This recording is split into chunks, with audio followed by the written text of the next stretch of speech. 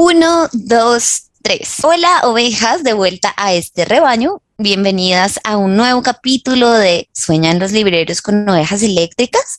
Este podcast es un espacio creado por 4 libreros. Carlos Sosa. Buenos días, buenas tardes y buenas noches. Bogotá, 9 y 6 AM.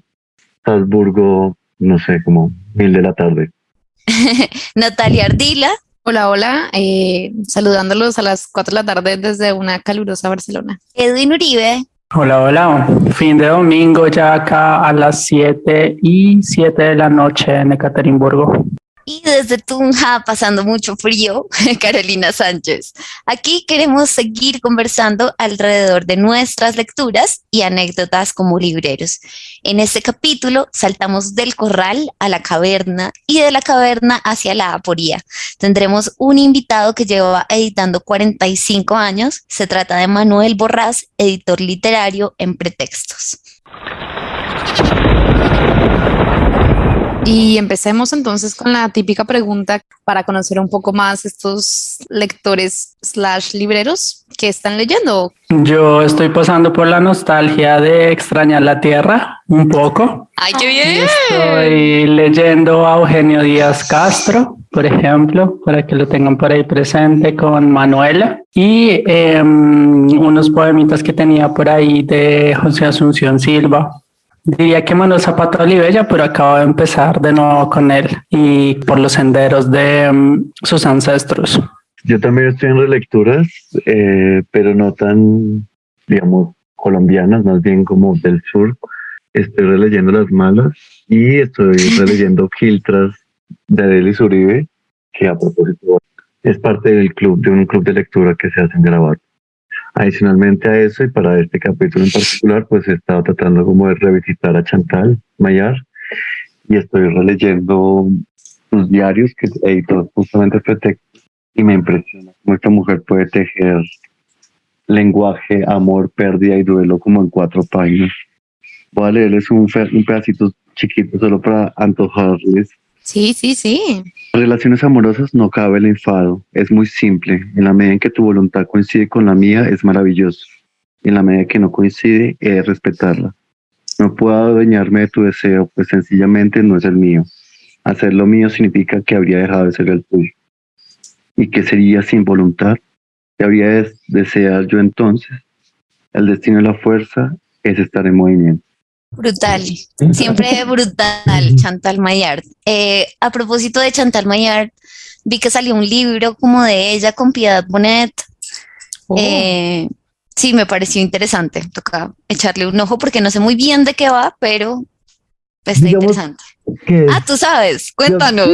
Es un ejercicio de editor vampiro, creo yo, que tiene que ver con el hecho de que las 2 autoras tienen una conexión, digamos, no tan afortunada, que es el deceso de sus hijos por voluntad propia, y a cada una le ha dedicado un buen número de poemas, y el editor cogió todos esos poemas y puso uno de la uno de la otra, uno del uno de la otra, y le puso el nombre del hijo, que en este caso es del mismo nombre. Entonces el libro se llama Daniel y trae pues esos poemas de las 2 dedicados a sus hijos. Qué lindo. Me gusta. Más aún lo anoto en la lista. En mi caso, he estado leyendo a una poeta que valdría la pena añadir a nuestra lista, a nuestra cartografía chilena, que se llama Estela Díaz Barín. Que tiene una manera como muy particular también de escribir poesía. Me ha gustado mucho. También empecé un libro muy hermoso que salió de la biblioteca de Sosa, y eso es muy tierno y me emociono mucho. Les hago fieros aquí a todos. Eso veo. Y es librero. Sí. No, porque fue una entrega voluntaria. Es un libro de Colette que se llama La Gata. Ese no lo conocía, de hecho, no me lo había leído y me ha hecho reír un montón. Es muy divertido, eso me gusta mucho de Colette, que es como muy hilarante. Me gusta mucho cómo le da como valor literario a estas historias que uno diría como muy adolescentes o muy cursis, y logra narrarlas de una manera tan linda, y además Sigo con mi lectura, me he demorado un montón de cómo acabar con la escritura de las mujeres, pero pues siento que me he demorado también porque es una lectura que vale la pena pensar a fondo desde las librerías o desde ese papel de mediadores de lectura o de promotores de lectura. Podemos caer muchas veces en estas, no sé, conductas que no le dan el valor suficiente a cierto tipo de escrituras. Entonces, por ejemplo, ella habla como de la recategorización y siento que muchas veces incluso caímos en eso, por ejemplo, con autoras como Elena Ferrante, que siento que en algunas librerías miramos con malos ojos y sin habernos aventurado. Entonces, pues siento que es una lectura que, por ejemplo, todos los promotores y mediadores de lectura deberían pasar por ahí y cuestionar un poquito también esos posibles prejuicios. Como les había contado la vez pasada, estoy tratando de dejar de ser ignorante en el tema español y me recomendaron Soldados de Salamina de Javier Cercas. Ahora me ha costado un montón, pero ahí vamos y es interesante. Pero como no me ha gustado tanto y no ha sido tan fluida la lectura, tengo en esta noche también. Obviamente ahí sí La Tierrita Llama, aunque Ángela Becerra no sé qué tan Tierrita Llama sea categorizada, con El penúltimo sueño, también como para buscar algo más light, como algo más...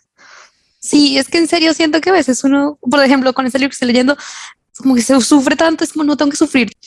Y también tengo uno que le tengo muchas ganas, que es La conjura de los necios, de John Kennedy Toole, que también me parece buenísimo. Entonces sí, es como un salto, siento que es de un lado para el otro muy extremo, pero a ver qué sale, a ver qué tal va.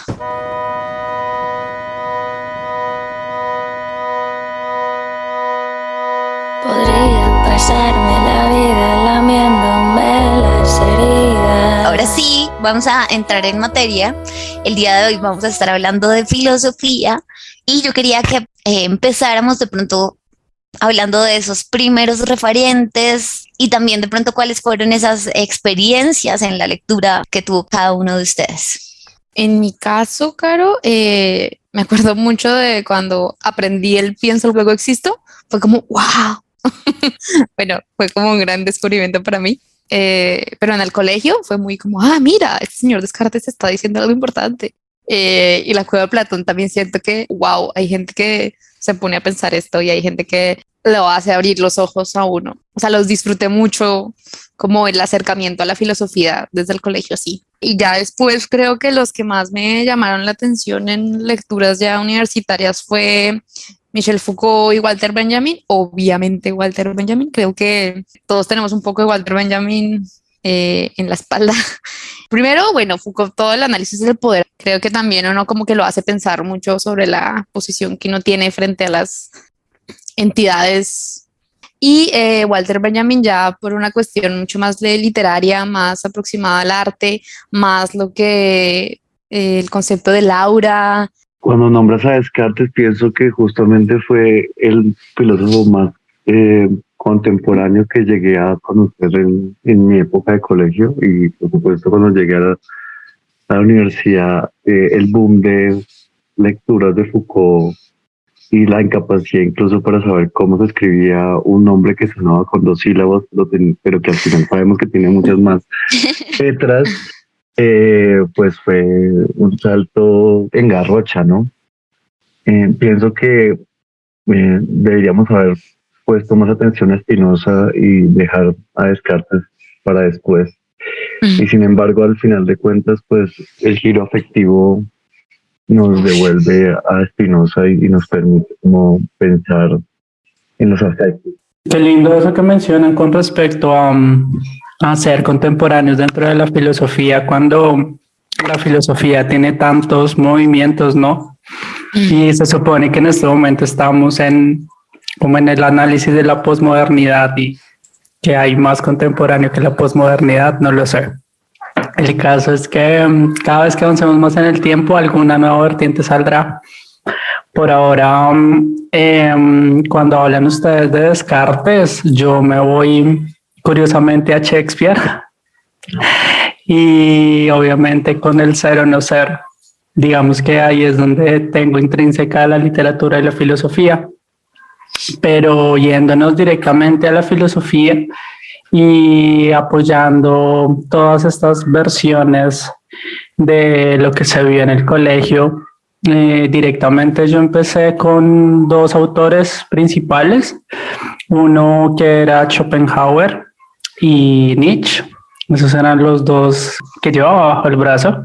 ¿Cómo sobreviviste a eso? Schopenhauer, Yo qué no espanto, sé. Schopenhauer.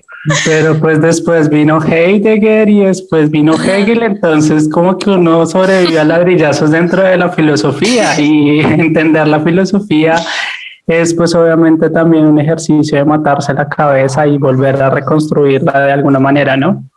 Y ya ahorita de manera mucho más social y cultural, y pues ligado a los cambios tan drásticos que estamos viviendo, pues para mí fue inevitable no acercarme a los ya nombrados Zizek y Byung-Chul Han. Esos serían mis bases ahorita, y con los que pues intento entender el mundo.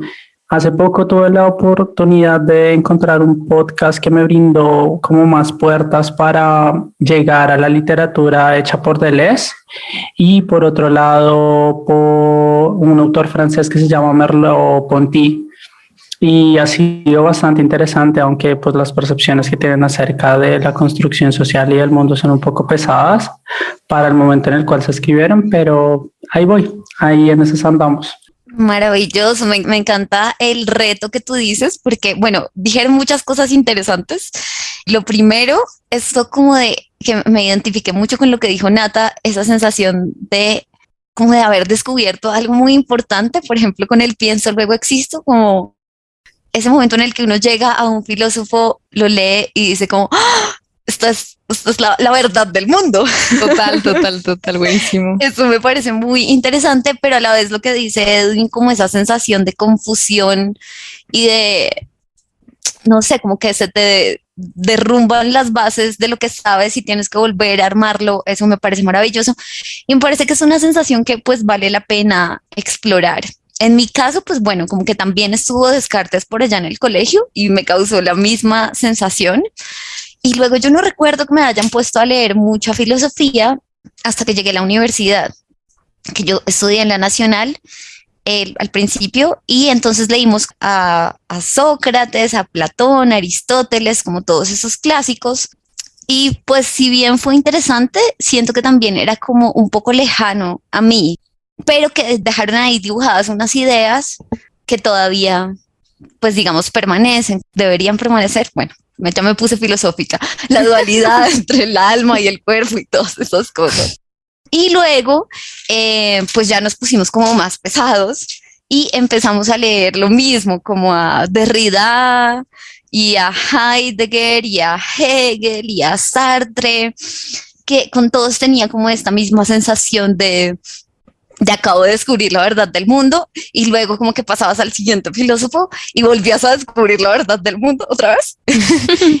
Y también me parece muy interesante pensar cómo todos en relación con la literatura hablaban y filosofaban acerca del lenguaje, de los símbolos, de lo que quiere decir la palabra. Bueno, así son como muchas preguntas muy interesantes. Sin embargo, siento que es un poco lejano, pero luego, por ejemplo, con Sontag también sentí la filosofía más cerca por su manera de escribir, por su manera de narrar esas preguntas, y también descubrí a una, pues es una escritora, no sé si está enmarcada como en la filosofía, pero se llama Beatriz Sarlo, pues es argentina y tiene como preguntas que a mí me parecieron muy filosóficas, incluido como el análisis de la posmodernidad y demás. Esos fueron como mis primeros referentes.